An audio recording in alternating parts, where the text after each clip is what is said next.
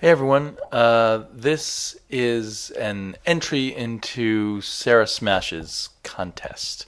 I'm not really big in entering contests lately. I don't really need the prizes. um, but who knows? Maybe I will want these prizes. But the reason I'm entering is because she hasn't said what all the prizes are yet. The reason I'm entering into this is because I really like the subject, which is who is your favorite female superhero or female comic book character. And I think I've liked female comic book characters for quite a while, although there haven't always been a lot of good ones to choose from. But they've become really important to me in trying to get my daughter interested in comics and seeing her disappointment when she can't find a good female character. But right now, by far, my favorite current female character is Wonder Woman. I mean, this has been such a great run, gives us a really strong female character, just a really strong character, period. A really strong comic book, a really strong ensemble of characters, great art, great writing. You just can't go wrong with the last 26 issues of Wonder Woman. It's really amazing when you think about it. A run of 26 issues where at worst there's some that are maybe only 4 stars and most issues that would be 5-star issues, in my opinion. So amazing stuff. Wonder Woman, I've read bits and pieces of Wonder Woman throughout the history of her career. I've read a little bit of the Golden Age Wonder Woman. Tried reading some of that with my daughter, and it was she found it kind of creepy. I didn't think she would notice, but she did. So that early Wonder Woman, there's something creepy about it. And then there were these fun stuff from the late 50s, early 60s, where they made Wonder Woman into this just sort of bizarre fantasy character for girls, where she would have adventures with Wonder Woman and herself as a baby and herself as a teenager, and they wouldn't really fight villains or anything, although they were always saving Steve Trevor.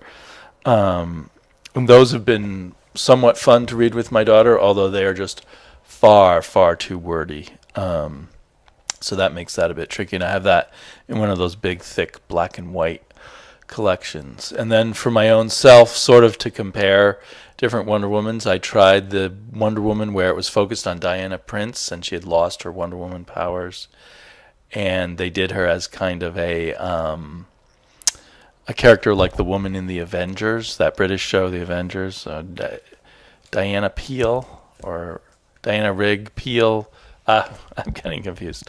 I think the character's name was Peel and the actress was Diana Rigg. But anyway, they made Wonder Woman kind of like that, and it was kind of fun. I know at that point the feminists were upset that they took the powers away from Wonder Woman. And I remember delving a little bit into the George Perez Wonder Woman, where he emphasized her as a warrior and a part of Greek mythology. And I want to go back and look at those because clearly they kind of connect a bit to this. This is maybe more as if Neil Gaiman were taking that mythological stuff and spinning it into a modern urban fantasy kind of setting. So to me, Wonder Woman is obviously the best woman character right now, but there's a character that to me has potential for being the most interesting woman character out there, and she has not been used very much, and that is Sue Storm from the Fantastic Four. Technically, she may be the most powerful member of the group, and she's kind of in a way, she's the most stable, the rock of the group, not to discount the Thing. And, because Mr. Fantastic is the crazy scientist, and the Thing and the Human Torch are more of the kind of the immature characters. I really wish and maybe someone has and I've just missed it, I wish at some point someone really made Fantastic Four stories that focused on Sue Storm, perhaps as the leader of the group, in fact.